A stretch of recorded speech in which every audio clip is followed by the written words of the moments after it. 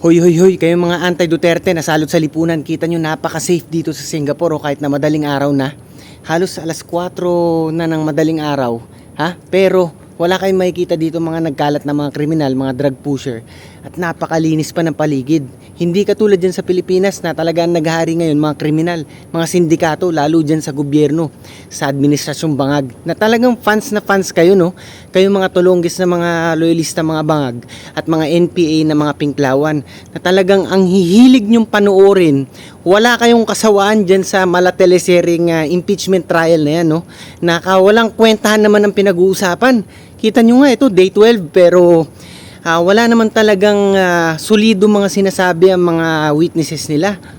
Ito nga, mismong witness na ang nagsabi na wala siyang hawak na talagang ebidensya para magpatunay na talagang naibulsa mismo ni VP Sara ang mga pondo dyan sa confidential funds. So ano pang ipipilit nyo? Pagpipilitan nyo pa rin ba ang naratibo ng prosecution team? Pare-pares kayong mga tulongges na pagmumukain yung magnanakaw si VP Sara o irresponsable sa paggasta ng confidential funds. Samantalang ito, uulitin ko ulit sa inyo, gawin na lang nating layman's term para sa inyo mga hindi nakapag-aral o yung mga hindi marunong makaintindi talaga. Unang-una, ang confidential funds na yan, no? Ginamit yan ng wasto ng Office of the Vice President, no? Talagang tumulong sila sa mga taong nasa laylayan, sa mga rural areas na talagang prone sa mga insurgency groups, no? Tulad ng mga NPA, yung mga tulad ng Maute, mga terorista in short, no? Na talagang nagre-recruit sa mga ganyan mga malalayo mga baryo o probinsya dahil yun ang mga hindi natututukan ng gobyerno. Doon sila naghasik ng lagim, doon sila nagre-recruit ng mga additional na kasapi nila o miyembro sa kanilang terrorist groups.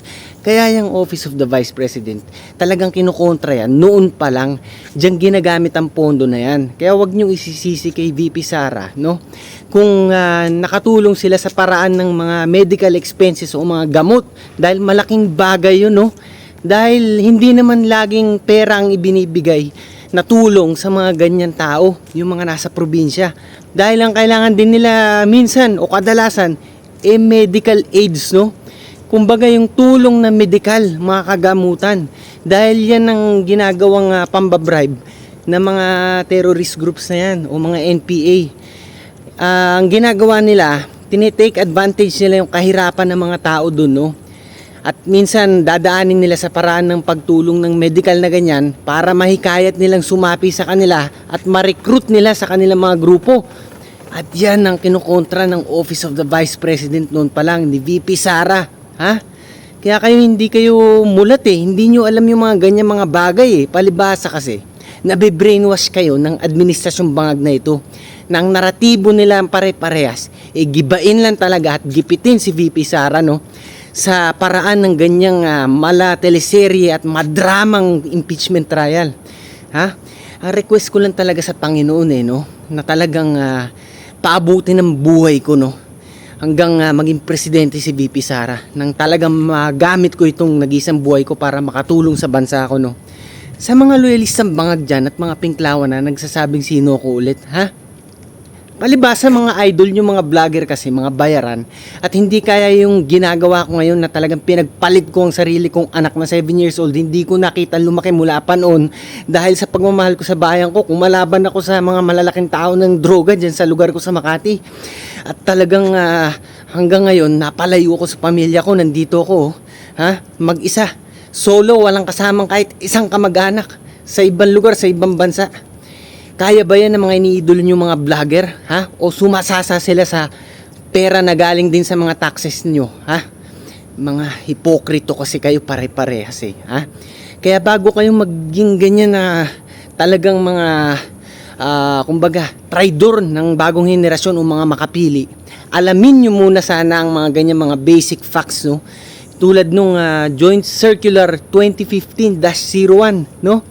Ang DBM, Department of Budget and Management, tsaka ng COA, Commission on Audit, na talagang mismong nagsasabi Na wala naman talagang ganyan na may limit daw ang paggasta, yung pinupunto ng prosecution. Bakit daw 11 days lang in-spend yung confidential funds, ha?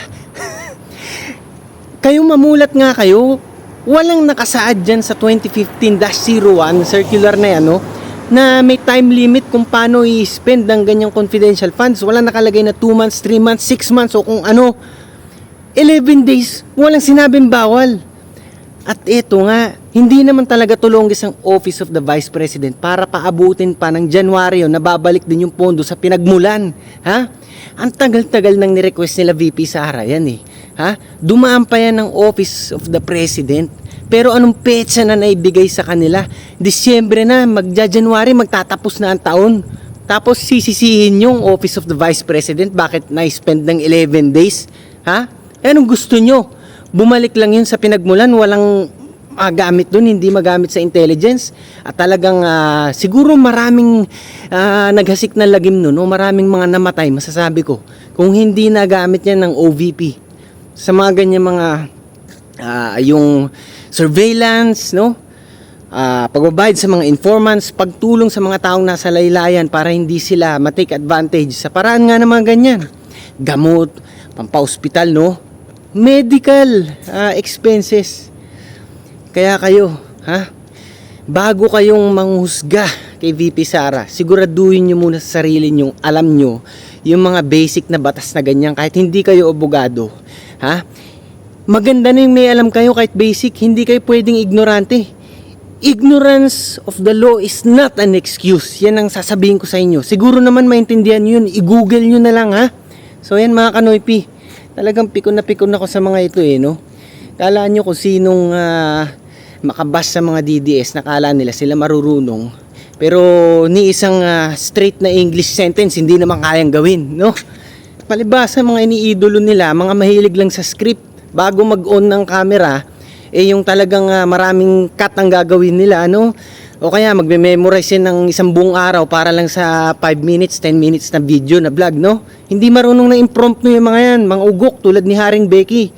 So yan mga kanoypi, hanggang dito lang muna tayo. Basta lagi ko kayong papaalalahanan na lagi kayong maging makabayan ng sa ganun ng Pilipinas maging Singapore one day. Mula sa inyong pinakasiga sa mga siga, Tigasing Noypi.